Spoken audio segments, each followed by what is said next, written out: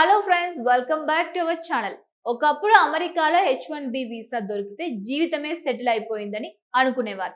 లక్షల రూపాయల జీతం, విలాసవంతమైన జీవితం, విదేశీ ఉద్యోగం ఇవన్నీ ప్రతి సాఫ్ట్వేర్ ఉద్యోగి కలలు. కానీ ఇప్పుడు పరిస్థితి పూర్తిగా మారిపోయింది.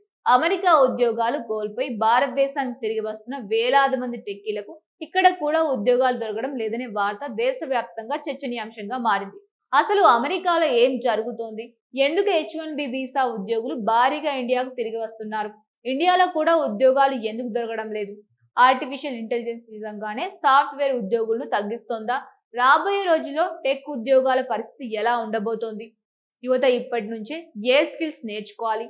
ఈ వీడియోలో పూర్తిగా తెలుసుకుందాం. కాబట్టి ఈ వీడియోని చివరి వరకు తప్పకుండా చూడండి. ఒకప్పుడు అమెరికా అంటే అవకాశాల దేశం. ముఖ్యంగా భారతీయ సాఫ్ట్వేర్ ఇంజనీర్లకు అదొక కలల గమ్యం. H1B వీసా సాధించడం అంటే కెరియర్లో ఒక పెద్ద విజయంగా భావించేవారు. అమెరికాలో ఉద్యోగం, భారీ జీతం, అంతర్జాతీయ అనుభవం, కుటుంబానికి మంచి భవిష్యత్తు, ఇలా ఎన్నో ఆశలతో వేలాది మంది యువత ప్రతి సంవత్సరం అమెరికాకు వెళ్లేవారు. కానీ గత 2 ఏళ్లలో ప్రపంచ టెక్నాలజీ రంగంలో జరిగిన మార్పులు ఈ కళల చిత్రాన్ని పూర్తిగా మార్చేశాయి. మొదటి పెద్ద కారణం ఆర్టిఫిషియల్ ఇంటెలిజెన్స్. గతంలో ఒక పని చేయడానికి 5 సాఫ్ట్వేర్ ఇంజనీర్లు అవసరమైతే ఇప్పుడు అదే పనిని 2 లేదా 3 ఇంజనీర్లు అత్యాధునిక AI టూల్స్ సహాయంతో పూర్తి చేస్తున్నారు. కోడ్ రాయడం నుంచి టెస్టింగ్ వరకు అనేక పనులు ఇప్పుడు AI వేగంగా పూర్తి చేస్తుంది. దీంతో కంపెనీలు ఖర్చులు తగ్గించుకోవడానికి ఉద్యోగాల సంఖ్యను తగ్గించే దిశగా అడుగులు వేస్తూ ఉన్నాయి. రెండవ కారణం ప్రపంచ ఆర్థిక పరిస్థితులు. కోవిడ్ తర్వాత అనేక టెక్ కంపెనీలు భారీ స్థాయిలో నియామకాలు చేపట్టాయి. కానీ తర్వాత వ్యాపార వృద్ధి ఆశించిన స్థాయిలో లేకపోవడంతో ఖర్చులు తగ్గించుకునేందుకు లే ఆఫ్స్ ప్రారంభించాయి. ప్రపంచంలోని అనేక ప్రముఖ టెక్ కంపెనీలు వేలాది మంది ఉద్యోగులను తొలగించారు. ఈ ప్రభావం H1B వీసా ఉద్యోగులపై కూడా పడింది. ఎందుకంటే అమెరికాలో ఉద్యోగం కోల్పోయిన తర్వాత నిర్దిష్ట సమయంలో మరో ఉద్యోగం దొరకకపోతే వారు స్వదేశానికి తిరిగి రావాల్సిన పరిస్థితి ఏర్పడుతోంది. ఇక్కడే అసలు సమస్య ప్రారంభమవుతోంది. అమెరికాలో మంచి జీతాలతో పనిచేసిన అనుభవజ్ఞులు ఇప్పుడు ఇండియాకు తిరిగి వస్తూ ఉన్నారు. కానీ భారతదేశంలో కూడా పరిస్థితి గతంలా లేదు. కంపెనీలు నియామకాలను తగ్గించాయి. కొత్త ఉద్యోగుల సంఖ్య తగ్గింది. ముఖ్యంగా అధిక జీతాలతో ఉద్యోగాలు కూడా చాలా పరిమితంగా మారాయి. దీంతో అమెరికా నుంచి వచ్చిన వారికి కూడా వెంటనే ఉద్యోగం దొరకడం చాలా కష్టంగా మారిపోయింది. ఇండియాలో హైదరాబాద్, బెంగళూరు, పూణే, గురుగ్రామ్ వంటి ప్రధాన టెక్ నగరాల్లో ఇప్పుడు పోటీ మరింత పెరిగింది. ఒకవైపు అమెరికా నుంచి తిరిగి వచ్చిన అనుభవజ్ఞులు, మరోవైపు దేశంలో లక్షలాది ఫ్రెష్ గ్రాడ్యుయేట్లు, ఇంకోవైపు ఇప్పటికే ఉద్యోగం మారాలని చూస్తున్న అనుభవజ్ఞులు. ఇలా అందరూ ఒకే మార్కెట్లో ఉద్యోగాల కోసం పోటీ పడుతూ ఉన్నారు. కానీ ఉద్యోగాల సంఖ్య మాత్రం అదే స్థాయిలో పెరగడం లేదు. అందుకే అవకాశాల కంటే పోటీ ఎక్కువగా కనిపిస్తోంది. చాలా మంది అనుకునే మరో అపోహ ఏమిటంటే అమెరికాలో పనిచేసిన వారికి ఇండియాలో వెంటనే ఉద్యోగం దొరుకుతుంది అని. కానీ వాస్తవ పరిస్థితి అంత సులభంగా లేదు. అమెరికాలో పొందిన భారీ జీతానికి సమానమైన ప్యాకేజీని భారత కంపెనీలు ఇవ్వడం సిద్ధంగా లేకపోయారు. ఎందుకంటే ఇక్కడ మార్కెట్ పరిస్థితులు వేరు, వ్యాపార అవసరాలు వేరు. ఖర్చులు తగ్గించుకోవడం ఇప్పుడు అనేక కంపెనీల ప్రధాన లక్ష్యంగా మారింది. ఇక మరో కీలక అంశం AI స్కిల్స్. ఇప్పుడు కేవలం ప్రోగ్రామింగ్ రావడం మాత్రమే సరిపోవడం లేదు. కంపెనీలు ఇంటర్వ్యూలో అభ్యర్థి ఆర్టిఫిషియల్ ఇంటెలిజెన్స్ టూల్స్ ని ఎలా ఉపయోగించాలో కూడా చూస్తూ ఉన్నారు.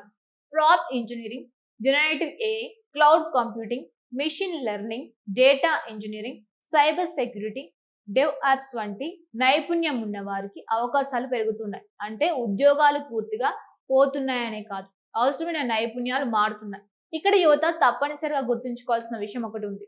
ఏ ఉద్యోగాలను పూర్తిగా తీసేసిందనే భయం అవసరం లేదు.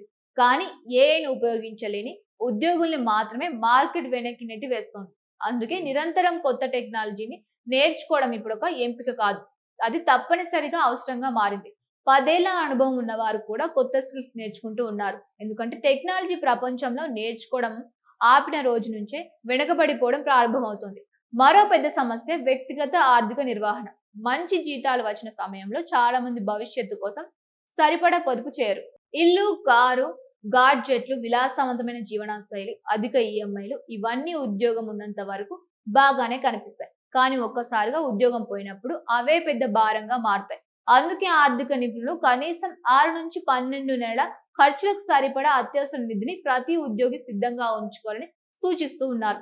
అయితే భవిష్యత్తుపై పూర్తిగా నిరాశ చెందాల్సిన అవసరం లేదు. ఎందుకంటే ప్రపంచవ్యాప్తంగా డిజిటల్ సేవల అవసరం ఇంకా పెరుగుతూనే ఉంది.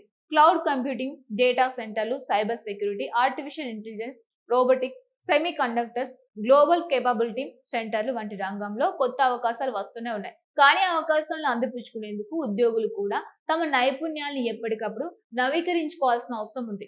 మొత్తంగా చూస్తే ప్రస్తుతం ప్రపంచ టెక్నాలజీ రంగం ఒక కీలక మార్పు దశలో ఉంది. అమెరికాలో లేఆఫ్స్, H1B వీసా సవాలు, ఇండియాలో తగిన నియామకాలు, ఆర్టిఫిషియల్ ఇంటెలిజెన్స్ ప్రభావం ఇవన్నీ కలిసి టెక్ ఉద్యోగులపై ఒత్తిడిని పెంచుతున్నాయి. అయితే ఈ మార్పుల్ని ముందుగానే అర్థం చేసుకొని కొత్త నైపుణ్యాలు నేర్చుకునే వారు రాబోయే కాలంలో కూడా మంచి అవకాశాలను పొందే అవకాశం ఉంటుంది. కాబట్టి ఉద్యోగం ఒకటే భద్రత కాదు, మన నైపుణ్యాలే నిజమైన భద్రత అనే విషయాన్ని ప్రతి ఒక్కరు గుర్తుంచుకోవాలి.